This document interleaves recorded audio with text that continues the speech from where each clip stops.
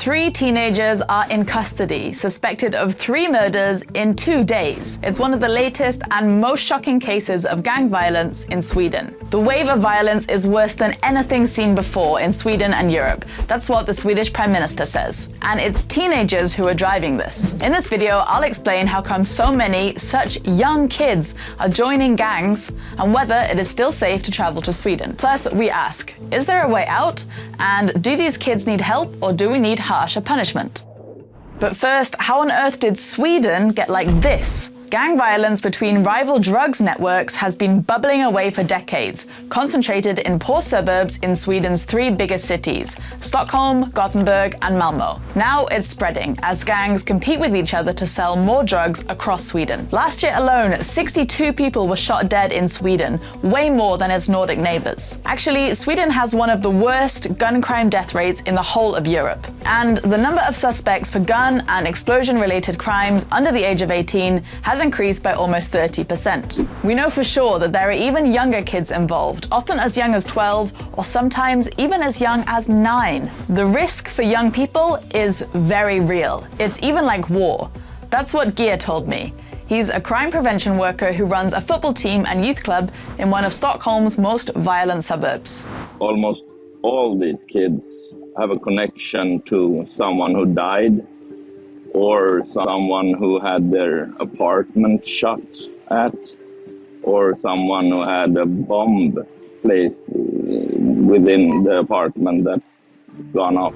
We'll come back to Geir later, but first we wanted to know if Swedes still feel safe in their country. I know that there are areas that are not very safe, but to be honest, I'm not in those areas a lot. I cannot feel really safe. I live in a criminal area. They sell drugs without any problems. There is no police to protect people there, and there is no police to stop and prevent this. I feel quite safe actually, because I live in a very central part of Gothenburg. I'm privileged in that way. Actually, there was one shooting in a central station, and that is near my sister's school. So it seems it depends who you are and where you live. Let's come to the most burning question. How can it be possible that such young kids are involved? Gangs target them specifically, but why? Well, firstly, because gangs know that they can pay the kids little and manipulate them. Kids who get involved in gangs mostly come from poor, vulnerable neighborhoods, according to Ardavan. He's a criminologist who says that gangs offer kids money and status. The main thing which the gangs and criminal networks do in order to manipulate these young individuals is promising them a life in luxury, nice watches, nice cars, women, parties, honor, respect. The second reason is gangs can use the kids to build their own careers and push more drugs to new areas. One of the most shocking things is that kids are often recruited by people barely older than they are.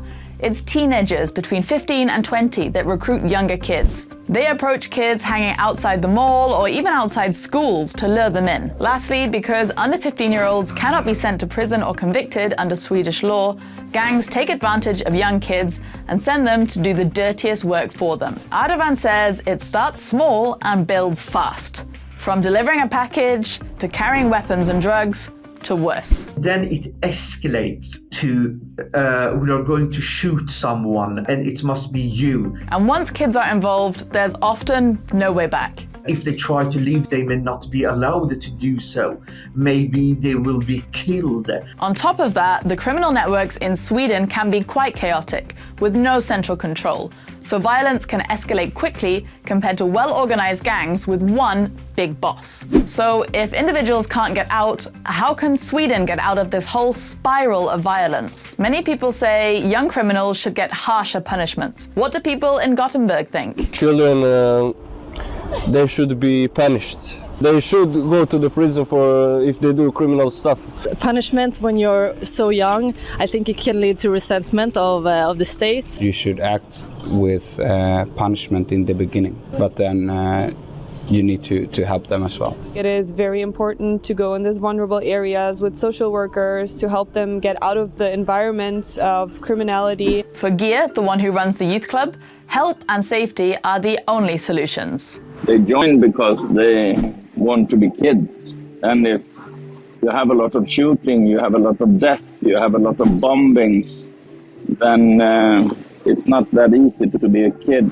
Gear's football team and youth club do get some money from the state, but he says it's not enough. It's easier to recruit more police, build more prisons, but you don't give the money to help all those people that make the kids not become prisoners. While Gear says no more police are needed, Ardavan, our criminologist, says Sweden does need to invest more in the police.